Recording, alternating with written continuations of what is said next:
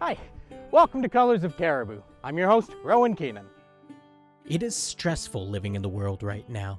The pressures of modern day life, the constant push to be better, to do more, is so draining, and it often leads us down a path where we have to sacrifice parts of our authentic selves and ignore the wonder of everything around us. But here in the Cariboo, sometimes we don't have a choice but to slow down. A winter storm that keeps us bundled up and cozy inside. A hot summer rain so loud that thought itself cannot be heard. Moments that force us to step away from our lives and remind us that there is so much that the wilderness can teach. Our next guest embodies this concept of slowing down and observing that which surrounds us. Joel Duntin sat down and regaled us with stories of his life and how his search for peace, understanding, and creativity led him to becoming a part of the community of 100 Mile House, BC. In the penultimate episode of Season 2, Joel's kind words and beautiful laughter showed us that if anyone was to understand the wonder of the Cariboo, it would be him. So, grab a chair, grab a drink, and let's get started. Welcome to Colors of Cariboo, stories of wild creativity. Today's episode was filmed on the traditional, unceded territory of the Secwepemc peoples, specifically the Cheskin or Cannon Lake Band. Hi, welcome to Colors of Cariboo. Today we've got the lovely Joel Duntin here today. Joel, why don't you tell us a little bit about yourself? Thank you so much for inviting me. About myself, oh wow, I was born in the Caribbean, and the Caribbean has a really rich storytelling tradition, and I guess a lot of my younger sort of like life was all around telling stories, and I guess growing up, you probably don't have this happening a lot here, but there was a lot of power outages, and the best kind of stories were the ones told over candlelight. Yeah. And there's also like a rich folklore tradition in the Caribbean, and it's all about the things that goes bump in the night. And with the absence of like mobile phones and televisions, a lot of the storytelling was you're an actor, so your parents would put all of their energy and creative endeavor into it. And that's kind of like what we grew up ingesting. So yeah, I was born there, and I guess I grew up in a very musical family, and no one was like formally trained, but music was the lifeblood of the island. It's called Trinidad and Tobago, and Trinidad and Tobago was the only country in the 20th century to invent a musical instrument. So that's the steel pan. Oh, I didn't know that. Yeah, so the steel pan was invented in Trinidad, and carnival, which all over the world, you've got big carnival in Toronto and in other countries, but the modern tradition of carnival had its roots in Trinidad, and so there is a large storytelling tradition, and that's what we were immersed in really growing up, and that was my life for many years. And whether it's music, whether it's singing, whether it's I played in a brass band when I was younger, so I played a trumpet and a trombone, and I guess whatever my mom could get us into was kind of like what we did. And I never thought that I would leave the Caribbean, and in my teens I happened upon an opportunity to study in the UK. And I remember doing all the applications and stuff when I was on my own. And I went to my parents and said, hey, I've been accepted into a university in London. And they didn't believe it until I showed them like the paperwork. And they were like, oh my gosh, this is happening. And in that time, the UK, they were looking for certain skilled workers. And so everything was paid. I literally had to just get myself there. And that was the proposition I sort of presented my parents with. And in the end, they realized, oh my gosh, this is real, this is happening. And I found myself with whatever little possessions I had on a flight to London on my own. And I sort of landed there. I remember getting there in sort of like February with like one pair of trousers and a shirt, and my trouser had like a hole just by the pocket area, and it was black, and the pocket was white, and I had a pen and I penciled it in so no one could see I had a hole, and yeah, it was a very, I think that was the beginning of my kind of creative exploration on my own, because the Caribbean has a very specific culture, whether it's calypso or soca or the carnival season, which even though it happens in February or March, it feels like it happened. There's a party going on all year. Yeah. But going to London, I'm introduced to theatre and a broader range of music. Yeah, that's kind of how my journey in the creative sphere sort of began. Yeah, that's a wild ride. It was a ride. Yeah. And I mean, I guess going to London on your own is sort of like, and you're young as well, and didn't really have any connections except for extended family members, and having to create a whole new community from scratch. But yeah, that's where the journey started. And it was a really wild ride. I went to university, studied like healthcare, specifically mental health. And I kind of like gravitated towards working with the young people. And working with the young people, you have to have a creative backbone, right? Absolutely. Yeah. Yes. You have to, I mean, I specifically specialized in working with young people who are developing first onset psychosis. So these are people who are 17, 18, 19 and starting to have mental health experiences that they didn't understand. So it might be voices, it might be depression. And I think back in those days, the prognosis for young people was very, very limited. As long as you have a mental health diagnosis, people believe that your life is over, right? And so you're just resigned to not having a life, not going to university. And part of the work that I did was about, helping people to recognize their strengths and saying, hey, you can have a girlfriend, you can have a boyfriend, you can get married if you want to. Hey, you can go to university. And that involved using a lot of creative skills to help people believe that anything was possible. Yeah. Right. And I think that again was another kind of toolkit that's being added, because you're dealing with young people who love going out, who love to drink, who love to party, they're studying and all of these. And how can you inspire them to believe and to wonder and to to understand that inside of themselves there is something beautiful there? And so that took me down lots of different avenues, and you're looking at the whole person, so not just medication focused, but you're thinking about family, you're thinking about spirituality, you're thinking about all the good stuff that human beings tend to look up into the skies and wonder about their place in the universe, right? And that took me down really interesting paths.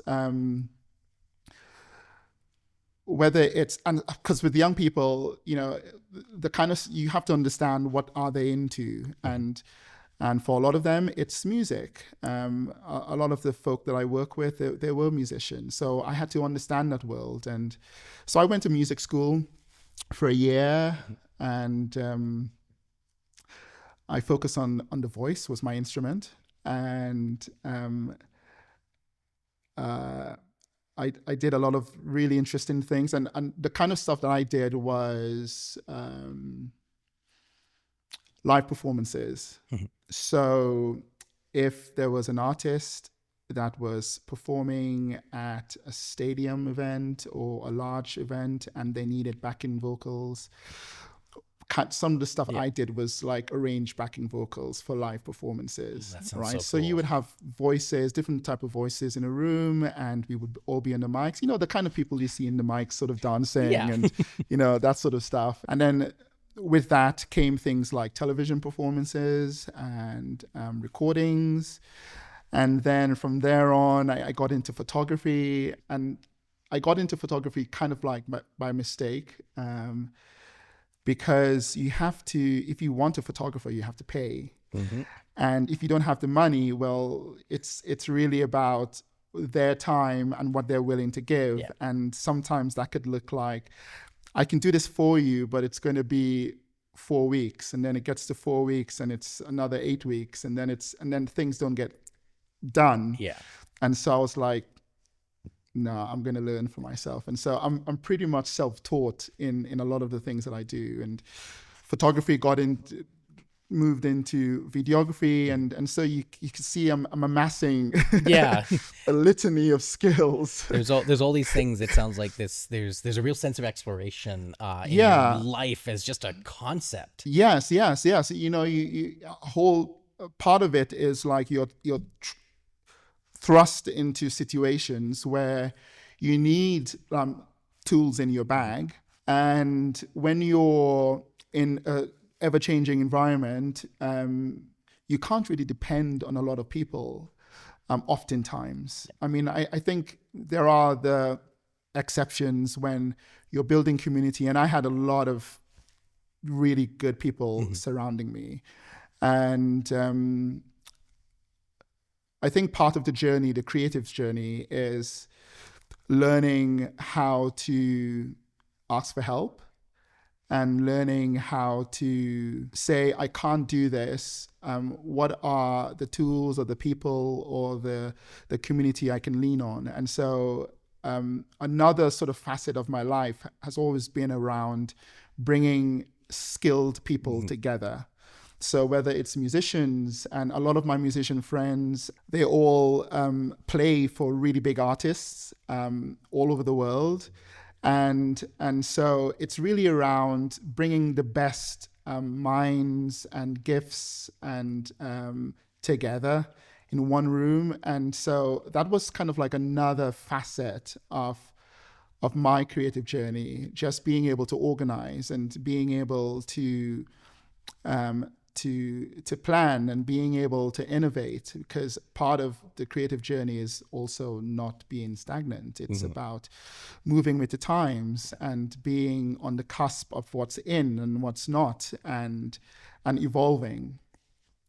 So yeah, I lived in the UK for many years. Really from my teen into adulthood, I worked there. I had a job in healthcare, in managing healthcare. And in the evenings, I did creative stuff, and it was beautiful. And I guess a few years later, I met my wife, and we were in the UK for about 6 years. And then at the end of those 6 years, we sort of had a big decision about what's the next step. And that's how Canada sort of entered the chat. And we sort of moved here around about 2015. Was your wife originally from Canada? Yeah. She's Canadian. She's from Alberta. But she also had a journey of exploration herself. She moved away when she was 19, lived in Australia, lived in New Zealand, and she also studied music as well. And that's kind of like how we connected. We connected over a music festival we were at, and I was performing there, and that's kind of like how the connection was established. But yeah, she is Canadian through and through, and her mom is local now. And when we thought about where shall we move to, the Cariboo was kind of like the best choice, really. Yeah. What led to that being the best choice? Well, I think primarily it's about connection for her. Obviously, we knew people here, and so there was a family to come home to, and it just really made sense, really, at that time. And it was obviously a really big decision for me because I was leaving. I had built a life in the UK, and I had built a community there, and obviously the concerns at the time was, how was I going to adjust? Yeah. And that's always the implications for anyone. I think many times we're faced with big decisions about what shall we do with our lives, and a lot of the times it's about taking calculated risks, right? And not knowing whether it's going to work or not. And yeah, I think that's been certainly my journey coming to Canada, because it wasn't easy. Well, I imagine it. Yeah, I wouldn't be. It wasn't, the first time I rolled into like Williams Lake, I remember like it was like August, and I literally like saw a tumbleweed like rolling through the street. And I'm like, yeah, that's Williams Lake. I'm like, what's going on? It felt like a Western, like this has never been my life. I saw tumbleweed, and Williams Lake has this kind of like mixture of industrial and small town. Yeah. And so it was a shock to my system. And then obviously the community is different as well. And also there aren't a lot of people that look like me. And so, it was certainly an experience, I think. But I think with everything, it takes time. And it takes time to find your footing and to work out what works and what doesn't. And it's been a very interesting journey being here. Yeah, because that's even just hearing this from the Caribbean to the UK, that in itself is just a huge, it's a big shift. Yeah. And then from a place like London to the Cariboo is That's right. also, I could imagine there are plenty of people who just can't even comprehend doing that, because like they're so vastly different. It's so vastly different. Yeah. I think with any sort of shift or move or big decisions, you have to work out. I think community is really, really important, and trying to find kindred spirits is really important. And I think that's really been probably the backbone of everything I have really done since I've been here. It's just trying to make connections. And I think sometimes living in a small town like we do, it's very hard to find people who understand the creative journey. Oftentimes you have people who have lived in a place for a very long time, and they have a certain way of seeing the world that is very restrictive to their experience, and you honor that, obviously, absolutely, but also I think if you try to attach yourself to different rhythms in terms of how people see the universe, it can be very frustrating for a lot of people. And I've seen that a lot with creative people who try different things and they give it a go and they get disenfranchised because the rate that they're thinking about moving is very different to the local context. Yeah, right. I don't think you could really put it any better than that. Yeah. There is a mindset, and I grew up in this area. I grew up in the Williams Lake area, so I'm familiar with that type of mindset. Yeah. And that's kind of been the inspiration behind the podcast too, Right. is that I grew up in an area where the arts weren't necessarily pushed upon people. It was bizarre when I, being in high school, was just like knowing, no, I'm gonna go become an actor. I'm gonna go to school. I'm gonna do that. And I thankfully had familiar support, and like my friends supported me as well too. But I definitely had the questions of just like, oh, that's a nice hobby. What are you gonna do for work? Right. And it's one of the brilliant things about this podcast is that idea has shown that it's started to shift. Yes. We're finding, and like the amount of artists and the amount of people that we've found. I mean, like when we found you originally, that was because of your closer sessions work. That's right. And that itself was bringing people together. Yes. Because you've worked with, you've been doing closer sessions for a number of years. Yeah, well, it started along the same lines that I've been sort of like trying to unpack in regards to, how can you find wonder where you live, right? And also recognizing that there are people who I went to A&W the other day, and the guy at the till saw that I had a camera in the truck, and just in case anyone wants to rob me, please, okay, just leave me alone.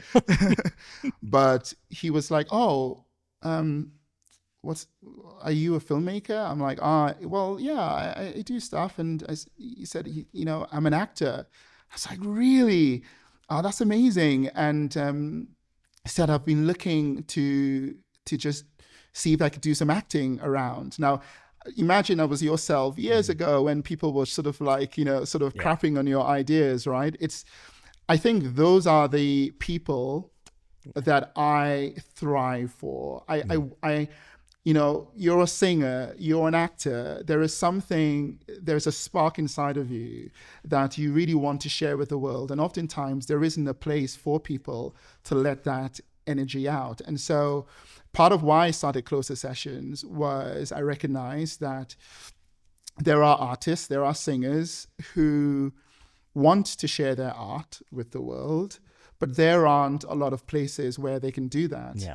And if there are, because of the machinery of touring, it's really around them getting from a spot to a spot to a spot to a spot, setting up. Oftentimes when these artists do these events, they walk away with very little, because there are lots of fees you have to think about, and it's very expensive. I mean, going from Vancouver to the Cariboo, I mean, you're thinking 6 hours or whatever. You're thinking about gas, you're thinking about accommodation.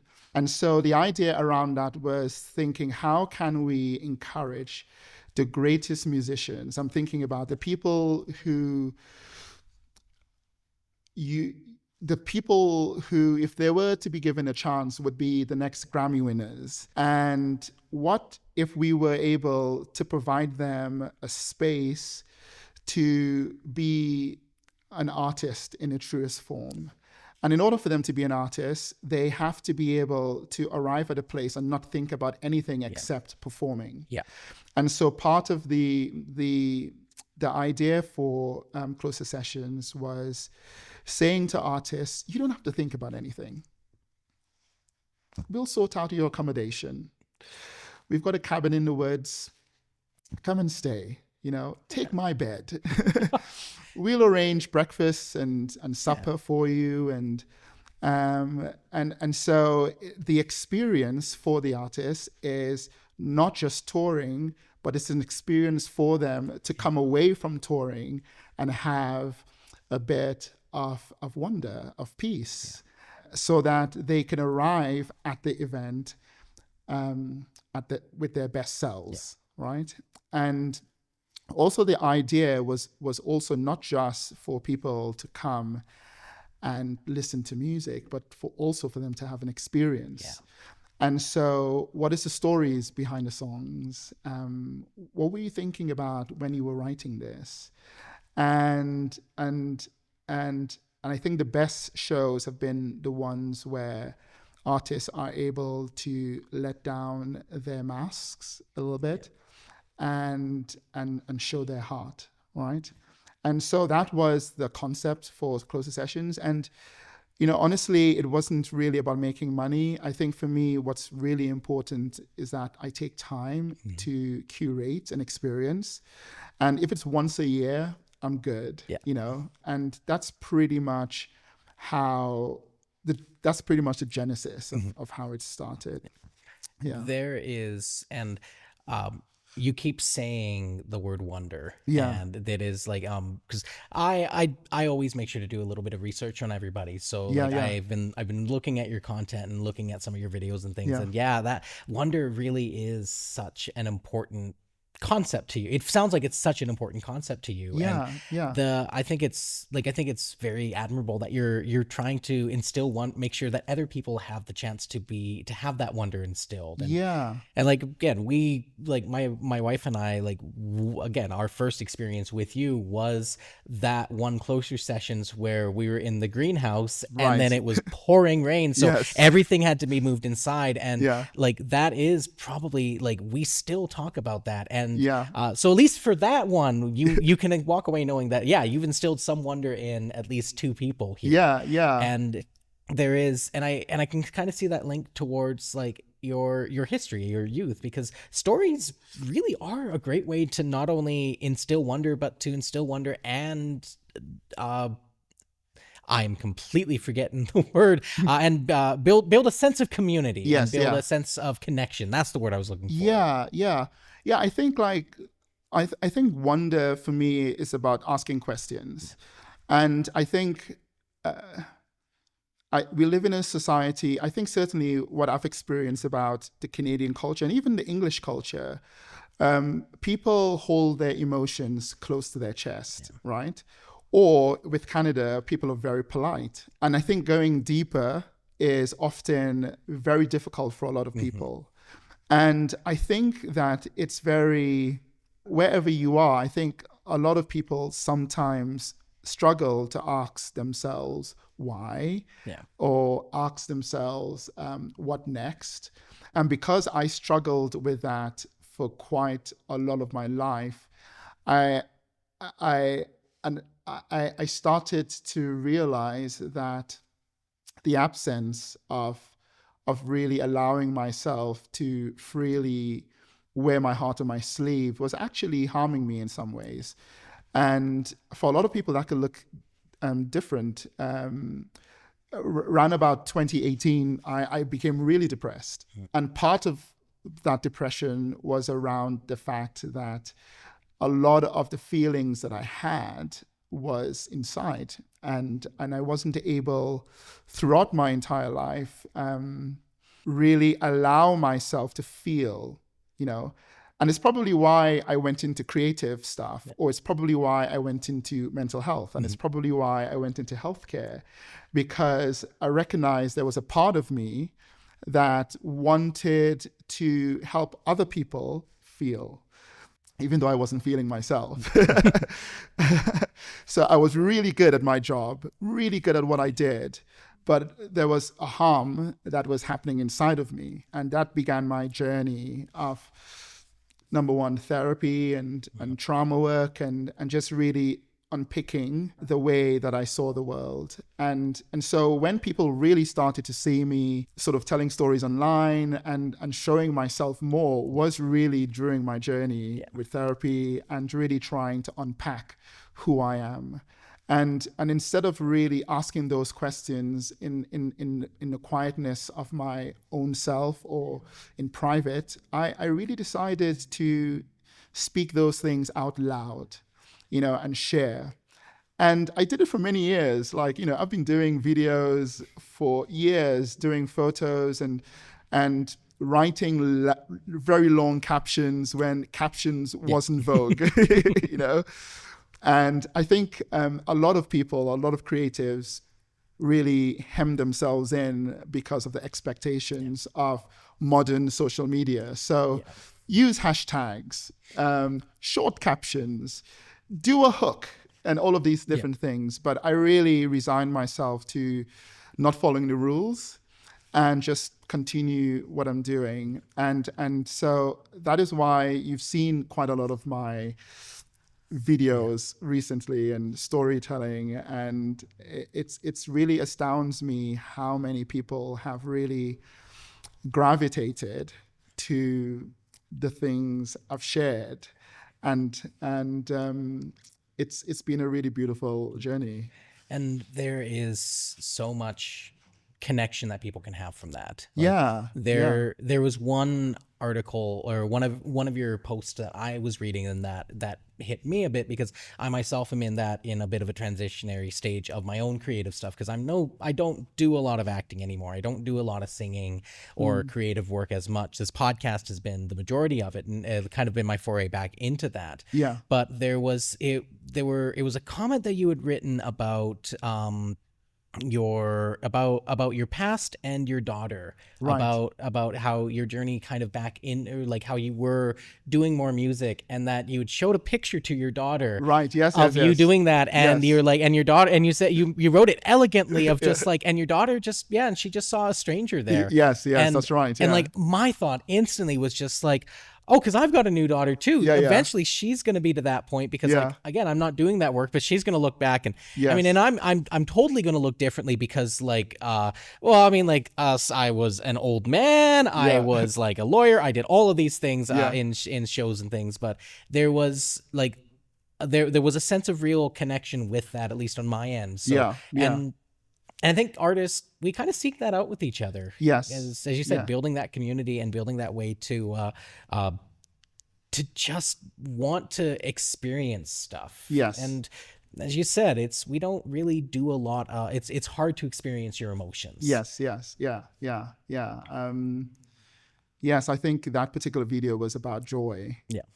And it was around the fact that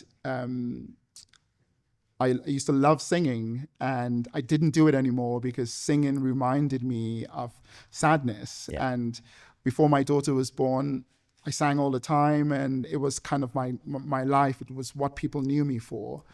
And she never saw that side of me ever. And I wanted to change that narrative.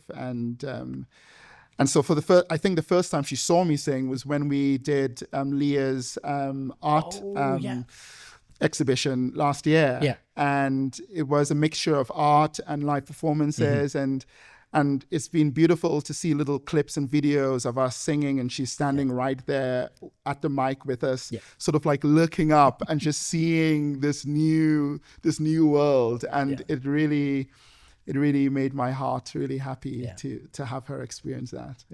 There is learning, like being a new parent. It has definitely put a lot of those, at least for myself, a lot of those thoughts of creation, and like, why did I do this, and why would I want to do this, and what else? It's like, what can I do to instill like the positives within my child? And that's and I think it's such a wonderful thing to be able to do and to pass on. And there's also a part of me that just like, occasionally, maybe she'll be just like, oh yeah, my Baba was somebody who did this and they did something really cool.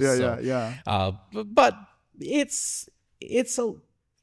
is difficult. And it is a journey to be taken. And one that you can only take, well, when you have a child with you, I think, in some ways. No, it definitely changes. It definitely brings, it's another facet of life, right? And I always just really hope that she could get to experience the joy. And she loves singing, she loves music, and I hope that she could experience the joy that I had at her age of just exploring every facet of creativity, basically. And so one thing I wanted to touch on was kind of like, how do you find your relationship to your creative process now that you're in the Cariboo? How has that changed? Because I know you've mentioned that it was part of a healing journey for yourself. Yeah. The process, I mean, it's very much self-directed. I think for me, I have always been someone that was very much around thinking innovatively about how I want to travel through life. And so I'm very focused on ideals or ideas that inspire me. I am not someone who gets down by other people's thoughts. Mm-hmm. If there's anyone that knows me and, I could be in a room and with 20 negative people, it doesn't bother me. And so lucky. That is a great skill to have. No, it doesn't bother me. In fact, I am not prude around saying to people who have negative energy, I'm really, really sorry, but I can't work with you. And that is oftentimes people see that as not being very nice, but I think that's being sure about who you are, right? And I think, and obviously you're going to do it very kindly, and you don't want to crash people's hopes and dreams. But I think there are a lot of people in the world who have lots of ideas, but no passion or skill themselves to create something independent. And they are often people who would suck every living piece of joy out of your being. And so I think it's really important to surround yourself with not only cheerleaders, but people who could constructively challenge you, right? And the best ones, if you do that, who are able to do that, are ones who not only challenge you, but also help you to see other facets of the universe, other ideas. Because there are people who have lots of ideas, but they're often negative, and it stops there, right? There's nothing else being added to you. And so I've always felt that it's really important to surround yourself by people who ask really good questions, surround yourself by people who lift you up, surround yourself with people who are hard workers, who have a spark within them, but perhaps don't know how to navigate getting there, but they are willing and open to take that journey. I think those are the sort of pieces that you really, really need for doing anything in life, whether it's your job, whether it's family. Naysayers or negativity is oftentimes could really, really squash any joy, and some people might say that I'm perhaps too stringent, but I really believe in the power of stories, and I really believe in the power of creativity to change the world. And just like everyone believes in climate change or politics, I think stories and creativity have a really big part to play in changing people's consciousness.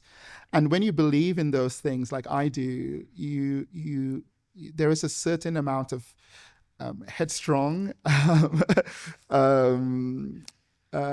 like stubbornness or stubbornness and focus and being focused that really comes with it. I mean, I am not like a child actor in Hollywood where they're like, I'm the best in the world. No, I in fact, I've always been someone who was always really kind of like, you go forward. I'm going to be behind the scenes. I'm a cheerleader, and I've always been that way. And in order to be a cheerleader, you have to really believe in others, but also believe in yourself. I think that is really kind of like my process. It's really about having an idea, taking the time to work it out. I'm really big into researching. I'm really big into trying to work out what's best practiced. I'm really big into looking at what is working for others and trying to pull concepts of what's working and what isn't, and really always sort of like analyzing whether this is the best way to go forward, you know, because I think sometimes people can have ideas and be so focused on an idea that they don't read the room, they don't read people's inability to also exist at that same sort of energy and standard. Yeah. And so oftentimes you have to be able to sit back and think about what you're doing. And so I'm also very reflective. Yeah. A lot of the times, you know, to my detriment, because you want to make sure that you're doing the best job as possible, but also you're being kind and you're aware of people's abilities and inabilities, and you're sort of riding this wave as you try to do your best, but also help people to do their best, but also support people in the areas that they're not confident with, you know. And so that's where being a cheerleader is really like big for me. Like some of my best friends, whether it's Leah or musicians, Julia, who often sings with us. My job and my role, or even artists who I love, I'm always online going, I just love what you're doing. This is amazing. I'm cheering you on.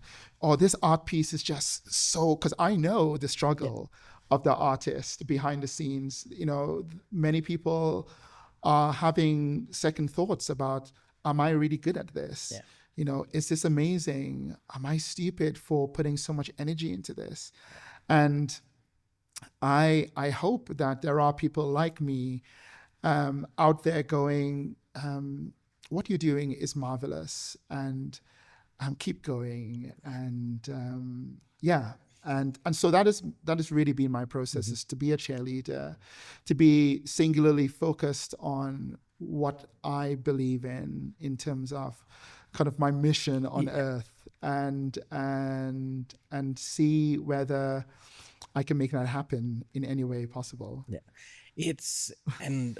I think it's so refreshing to hear somebody talk about like that cheerleading process. Yeah. It's like we live in a world of social media where it is like all about the individual, all about that one person. That's what we see on those screens. But there's so much work that goes behind everything. Yeah. And we don't, and it's like, and it's not a glamorous job to be the person in the back. And like some people don't think that's, I don't want to do that. But we need that. We need people who are actively pushing and supporting and cheering, because no matter how, at least in my view, no matter how much you try to do art on your own, the moment you start to present that to other people, you need those other people. You need an audience for your art to have an impact. If you're looking at that, I'm sure there's plenty of people out there who create stuff just for themselves, which is great and fantastic. But I know, like, again, I was a professional actor. It's hard to be an actor just for yourself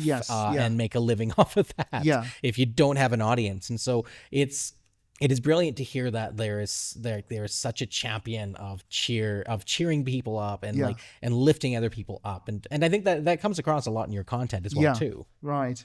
Well, it's a hard world. Like, you know, the arts is severely underfunded in many places, right? And so in order for artists to make a living, it's difficult, that alone. But if you're putting your stuff out there and it's dry, like no one is engaging. And I hear from artists a lot of the time that sadly, the cheerleaders aren't your friends. The cheerleaders aren't your family. And that's hurtful for a lot of people. You know, that you've got 1,000+ people following you, most of them friends and connections, and everyone is kind of like a silvery ghost in the background. And, when the day is done and you're looking back on what you've accomplished and there aren't any cheerleaders from your close community, that's really difficult. And so I recognize that. And I see it even in my life. I mean, I recently went viral with a video online, and most of the people that engage with what I am doing, even though I've lived here since 2015, are people from other countries. Mm-hmm. So it's people in Australia and England and the USA and on the East Coast of Canada. Yeah. Very little from people who live The here immediate place in here. the immediate community. Even though people know what I do, Yeah. and even though people know what I have done locally, if I had a really weak constitution, that would get me really down. Yeah. And I would be really upset about that. And I have been, Mm-hmm. And, part of my journey has been really kind of changing how I think about that and recognize that, sometimes communities are different and how people express that they are connected to something. And that's absolutely fine. But also helping yourself to see that your art can be great local, but it could also be bigger than that. Yep. Yeah. And so to only restrict yourself to an idea that something can be loved or appreciated locally is really kind of restricting yourself to the power of what you have to give the universe, right? And so one of the reasons why I am a cheerleader to everybody is because I understand that frustration. Yeah. And so, whether you're an artist and, when we did our art show here locally, there was a big focus on local because you want people to come and see your art here. But part of the journey was also doing a lot of work online because, for artists, painters, illustrators, that sort of thing, a huge bunch of your support can come from the wider internet. Yeah. And so it's kind of recognizing the fact that there is no borders with what you can do. And that's been my sort of thinking, really. Thank you. Thank you for laying that out for us. It's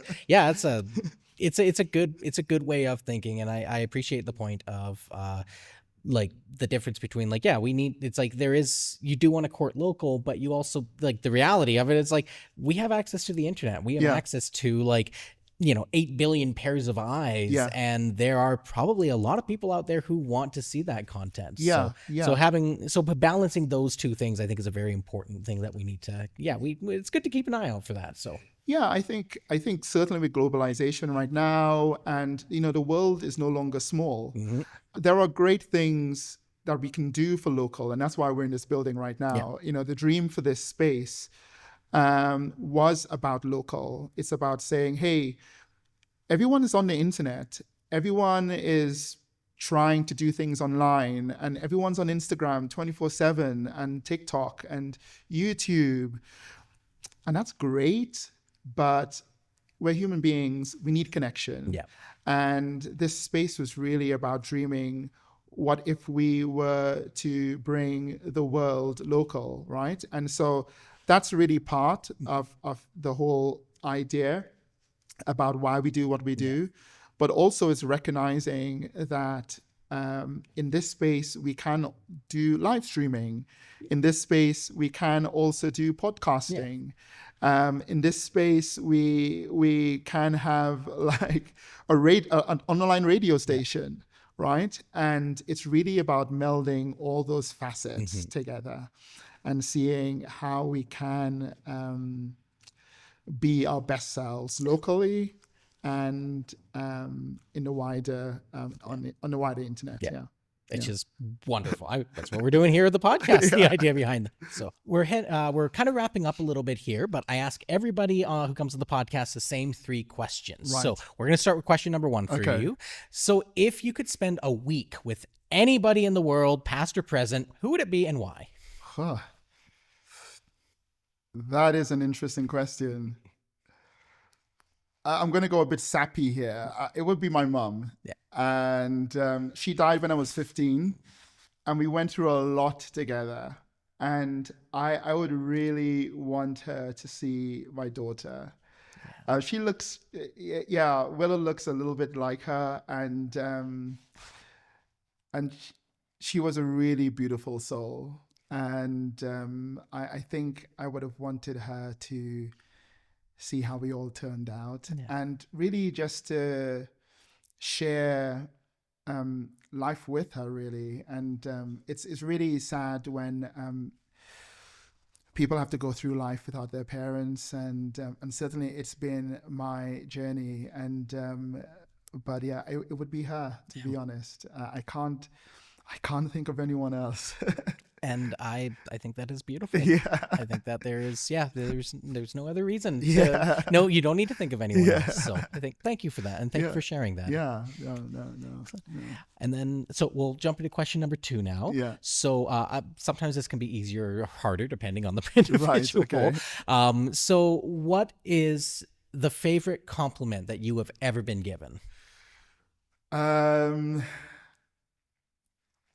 I think recently, the most favorite compliment that I've been given was someone saying that I had a beautiful heart.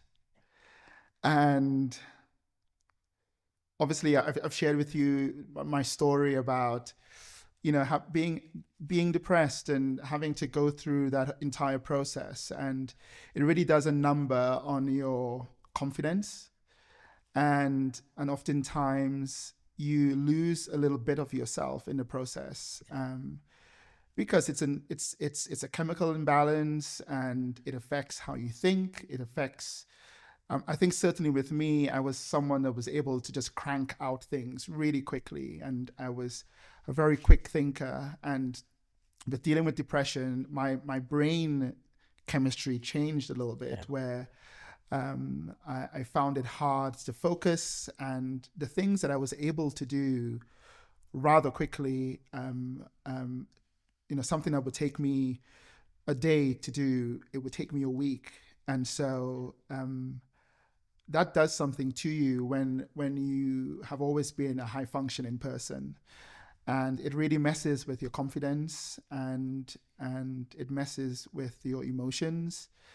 And when that happens, your heart changes, and you think that you're not a very good person for all of these myriad of reasons. And so I think that was me for quite a long time.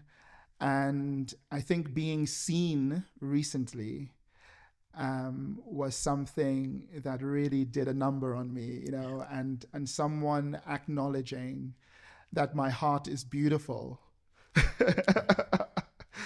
Really, I felt really seen, and it felt really emotional to be told that. And that was really beautiful for me. Yeah.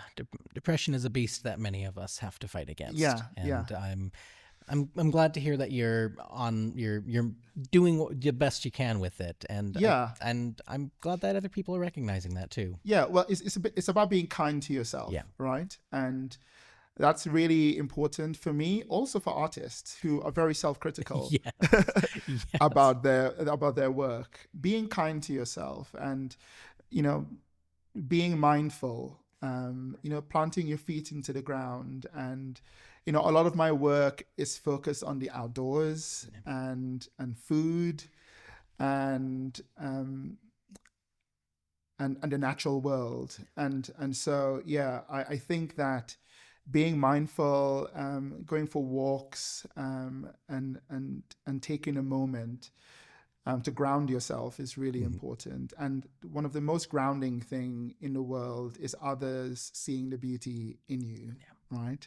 And reminding you of that. And I think for me, I think that really answers your question there. It completely and utterly answers the question. Yeah. And thank you for sharing that again. Yeah, that is very beautiful. Yeah. Thank you.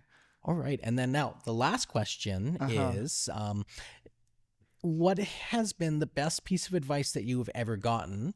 Or is there a piece of advice that you wish somebody had told you? I think one thing that has stayed with me, and when I was a teenager, I used to get affected by what other people thought about me. And someone dropped a gem that should have been forgotten all these years later, but it's stuck with me. And they basically said, don't let anyone steal your joy. The end. And that has really stayed with me over the years.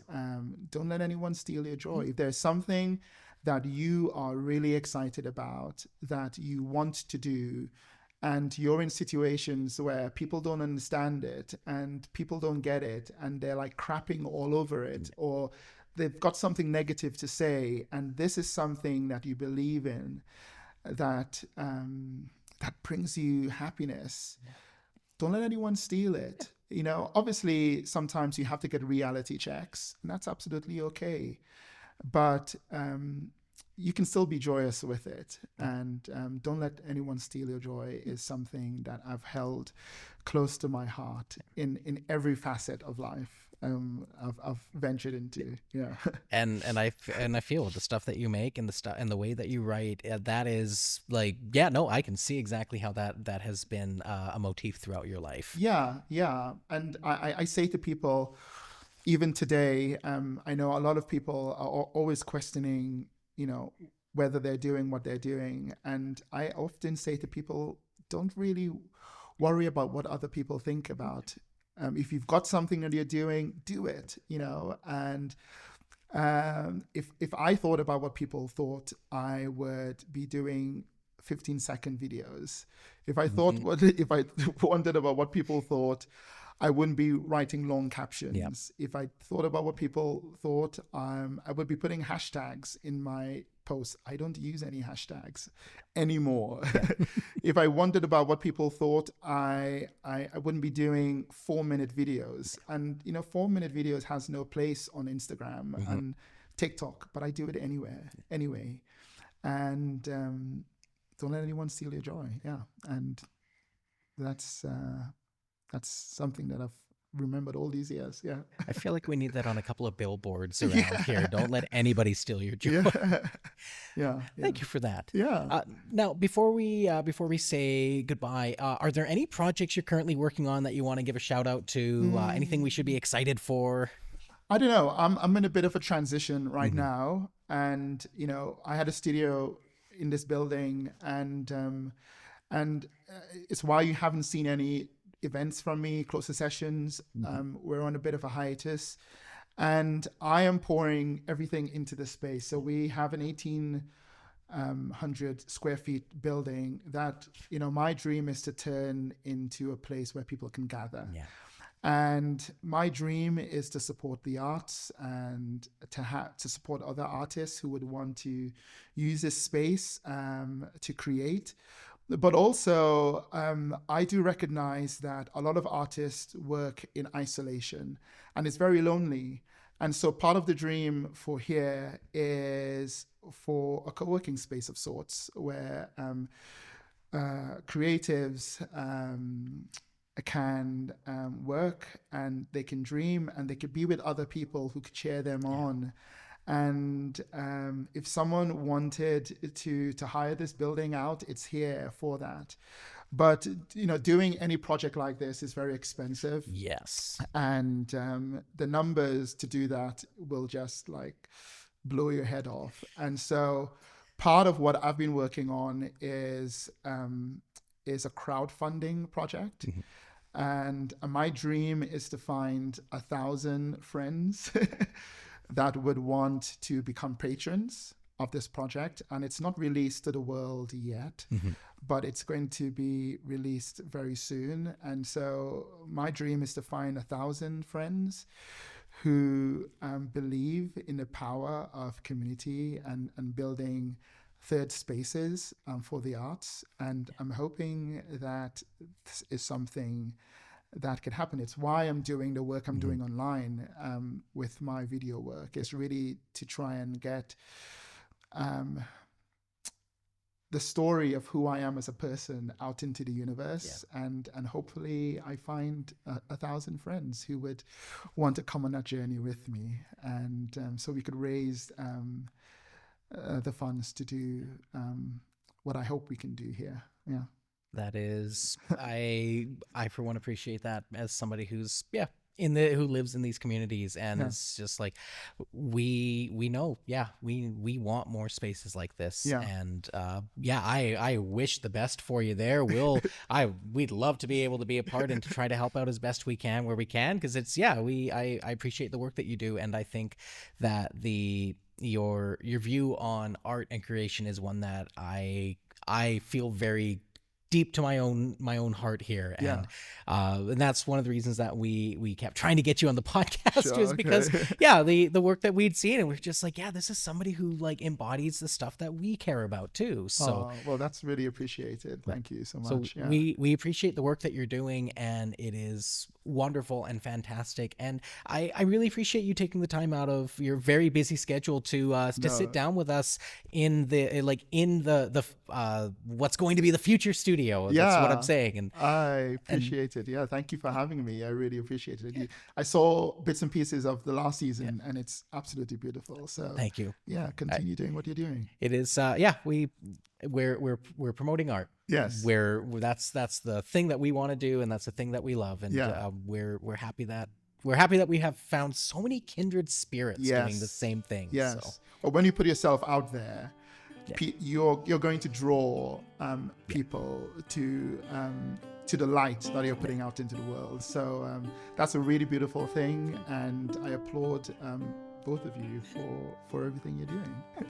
Well, again, thank you so much for being on the show here, and we look forward to seeing everything in the future. Thank you so much. Thanks for having me. Thank you, Joel. Hey everyone, thanks once again for listening to another episode. We are so thankful that Joel was willing to sit down with us and share his fascinating story. It's just more evidence showing that the arts are alive and thriving in our smaller communities, and that it is so important to follow in Joel's footsteps and champion creativity whenever possible. Thank you, and we'll see you for the last episode of Season 2. Take care now.